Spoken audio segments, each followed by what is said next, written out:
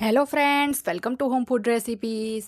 આજે આપણે બનાવીશું મગની દાળનો યુઝ કરીને એકદમ ચટપટો અને ટેસ્ટી નાસ્તો જે બનાવવામાં ખૂબ જ સરળ છે. ફક્ત 10થી 15 જ મિનિટમાં આ નાસ્તો બનીને તૈયાર થઈ જાય છે, જે દિલ્હીનું એક ખૂબ જ ફેમસ સ્ટ્રીટ ફૂડ છે, જેને જો તમે પહેલાં ક્યારેય ટ્રાય ના કર્યું હોય તો એકવાર રેસીપી ચોક્કસથી ટ્રાય કરજો. બિલકુલ જોઈને જ ખાવાનું મન કરે એવો ટેસ્ટી આ નાસ્તો બન્યો છે. તો ચલો એને કેવી રીતે બનાવવું એ જોઈ લઈએ. તો એ માટે સૌથી પહેલાં અહીંયા મેં અડધો કપ જેટલી જે પીળી મગની મોગર દાળ આવે એ લીધી છે. આ જે છે આ રેસીપીનું સૌથી મેઇન ઇન્ગ્રીડિયન્ટ્સ છે, તો તમારે એને ચોક્કસ લેવાનું છે. 2 ટેબલ સ્પૂન જેટલી ચણાની દાળ અને 1 ટેબલ સ્પૂન અડદની દાળ લીધી છે. અડદની અને ચણાની બંને દાળ જો તમે સ્કીપ કરી દેશો તો ચાલશે. હવે આ ત્રણેય દાળને બરાબર મિક્સ કરીને 3થી 4 વખત ધોઈને તમારે પાણીમાં પલાળી દેવાની છે. તો બધી જ દાળને મેં 5 કલાક પહેલાં જ પાણીમાં પલાળીને રાખી છે. તમે જોઈ શકો છો દાળ આપણી પલળીને સરસ ફૂલી ગઈ છે. 5 કલાક પહેલાં મેં એને પલાળી હતી. તો હવે દાળનું જે બધું પાણી છે એ આપણે નિતારી લઈશું અને એક મોટા મિક્સર જારમાં એને આપણે એડ કરી દઈશું. આ દાળને આપણે થોડી ગગરી એવી પીસી લેવાની છે. તો પીસવા માટે આની અંદર આપણે ફક્ત 1 ટેબલ સ્પૂન જેટલું જ પાણી ઉમેરીશું, જેથી દાળ પીસવામાં સરળતા રહે. વધારે પાણીનો બિલકુલ પણ ઉપયોગ નથી કરવાનો. તો આને આપણે સરસ થોડી ગગરી એવી પીસી લઈએ. તો અહીંયા તમે જોઈ શકો છો દાળ આપણી સરસ પીસાઈ ગઈ છે. એકદમ એને સ્મૂધ નથી પીસવાની, બસ થોડી ગગરી રહે એ રીતની પીસવાની છે. એકદમ વધારે પડતી પણ ગગરી નહીં અને એકદમ આપણે એની પેસ્ટ પણ નથી કરવાની. આ રીતે થોડી જ ગગરી રાખીશું. હવે આ દાળને આપણે એક બાઉલમાં કાઢી લઈશું.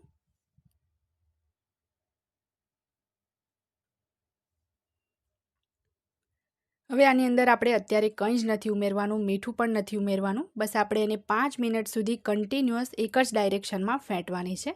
તો આ રીતે એને હાથથી જ ફેંટીશું જ્યાં સુધી આ જે મિશ્રણ છે એનો કલર એકદમ સફેદ ના થઈ જાય અને ક્વોન્ટિટીમાં થોડું ડબલ ના થઈ જાય ત્યાં સુધી એને સતત હલાવતા રહીને આપણે ફેંટવાનું છે. તો 5 મિનિટ કન્ટિન્યુઅસ ફેંટ્યા પછી તમે જોઈ શકો છો કલર પણ એનો બદલાઈ ગયો છે અને ક્વોન્ટિટી પણ ઘણી વધી ગઈ છે. હાથ જે છે તમારા ખૂબ જ દુખવા લાગશે, તેમ છતાં પણ 5 મિનિટ એને ફેંટવાનું જ છે. હવે આ મિશ્રણ ચેક કરવા માટે એક વાટકીમાં થોડું પાણી લઈ લઈશું અને આ રીતે મિશ્રણ આપણે એડ કરીને જોઈએ તો પાણીની ઉપર તમે જોઈ શકો છો મિશ્રણ તરે છે, મતલબ કે આ સરસ આપણે ફેંટ્યું છે. હવે સેમ મિક્સર જારની અંદર મેં જે દાળ પીસી હતી એ જ મિક્સર લીધું છે. એની અંદર 35 ગ્રામ જેટલા લીલા ધાણા બરાબર ધોઈને લઈ લઈશું. જે એક્સ્ટ્રા ધાણાની પતલી દાંડી આવે એ સાથે જ મેં એડ કર્યા છે. સાથે મેં 2 તીખા લીલા મરચાં, 1 ઇંચનો આદુનો ટુકડો અને 7થી 8 કળી લસણની ઉમેરી છે. જો તમને લાગે કે લીલા મરચાં અને આદુ એકદમ મોટા છે તો ચાપુથી તમે થોડા આ રીતે નાના નાના કટ પણ કરી શકો છો, જેથી પીસવામાં સરળતા રહે. હવે અહીંયા મેં 7થી 8 ફ્રેશ જે મૂળાના કોમળા પાન આવે એ લીધા છે, એ આપણે એડ કરીશું. આનાથી ચટણીનો સ્વાદ ખૂબ જ સરસ આવે છે અને બિલકુલ પણ સ્કીપ નથી કરવાના. 1 ચમચી મેં ખાંડ એડ કરી છે. 1/4 કપ જેટલા જે બેસન ગાંઠિયા આવે એ ઉમેર્યા છે. અડધી ચમચી જીરું ઉમેર્યું છે. હવે એમાં 1/3 કપ આપણે મીડિયમ ખાટું હોય એવું દહીં એડ કરવાનું છે. હવે સ્વાદ મુજબ એની અંદર આપણે મીઠું એડ કરીશું. 1/4 કપ જેટલું આપણે પા કપ જેટલું પાણી ઉમેરવાનું છે. દહીંવાળા કપમાં જ મેં પાણી લીધું છે. તો સરસ આપણે પીસીને આની ચટણી બનાવી લઈએ.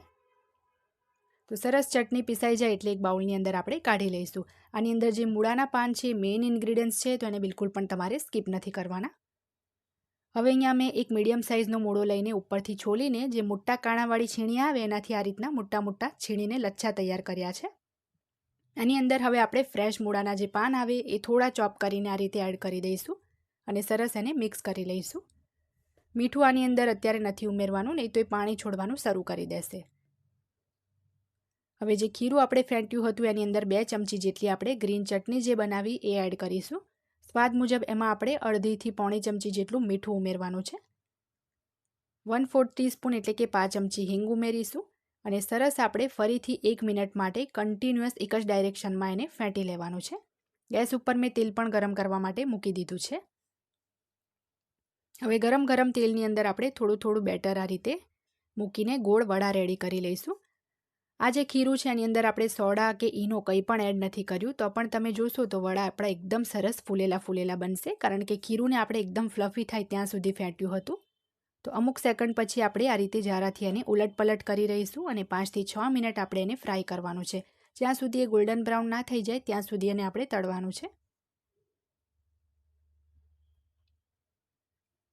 5 થી 6 મિનિટ પછી તમે જોશો તો વડા આપણા સરસ ફૂલી ગયા છે, સરસ ગોલ્ડન બ્રાઉન થઈ ગયા છે. તો એક ઝારાથી આપણે એને બહાર કાઢીને ટિશ્યુ પેપર ઉપર લઈ લઈએ. બાકીના જે બીજા બેચના વડા છે એ પણ તમારે સેમ આ જ રીતે ફ્રાય કરી લેવાના છે. જ્યારે તમારે ખાવા હોય ત્યારે તમે ગરમ ગરમ પણ બીજા બેચના વડાને ફ્રાય કરી શકો છો. હવે આપણે એક પ્લેટ લઈ લઈશું. એની અંદર જે આપણે અત્યારે વડા રેડી કર્યા એ મૂકી દઈશું. હવે એની ઉપર જે મૂળાના આપણે લચ્છા રેડી કર્યા હતા એ મૂકીશું. દરેક વડાની ઉપર આ રીતે લચ્છા એડ કરવાના છે. જે ગ્રીન ચટણી બનાવી હતી એ આપણે એડ કરીશું. આ જે ચટણી છે થોડી વધારે જ એડ કરવાની છે ક્વોન્ટિટીમાં, કારણ કે એક વડાની ઉપર આપણે ચટણી અને મૂળાના જે લચ્છા હોય એ લઈને ખાવાનું હોય છે. તો ચટણીની ક્વોન્ટિટી થોડી સારી એવી ક્વોન્ટિટીમાં આપણે રાખવાની છે. ખાતી વખતે પણ ઓછી લાગે તો પણ તમે એડ કરી શકો છો. હવે થોડી આપણે ખજૂર આમલીની ખાટી મીઠી ચટણી એડ કરીશું. હવે એક મસાલો મેં છાંટ્યો છે, જેમાં મેં ચાટ મસાલો, કાશ્મીરી લાલ મરચું, આમચૂર અને કાળા મરીનો પાવડર મિક્સ કરી લીધો હતો. ફરીથી થોડા મેં મૂળાના લચ્છા એડ કર્યા છે. તો ફ્રેન્ડ્સ, આ આપણું દિલ્હીનું famous street food Ram laddu બનીને તૈયાર છે. જો રેસીપી પસંદ આવે તો ટ્રાય કરવાનું બિલકુલ ના ભૂલતા. ચેનલને સબસ્ક્રાઇબ કરી બેલ આઇકન ચોક્કસ દબાવજો, જેથી દરેક નવા વિડીયોની નોટિફિકેશન તરત તમને મળે.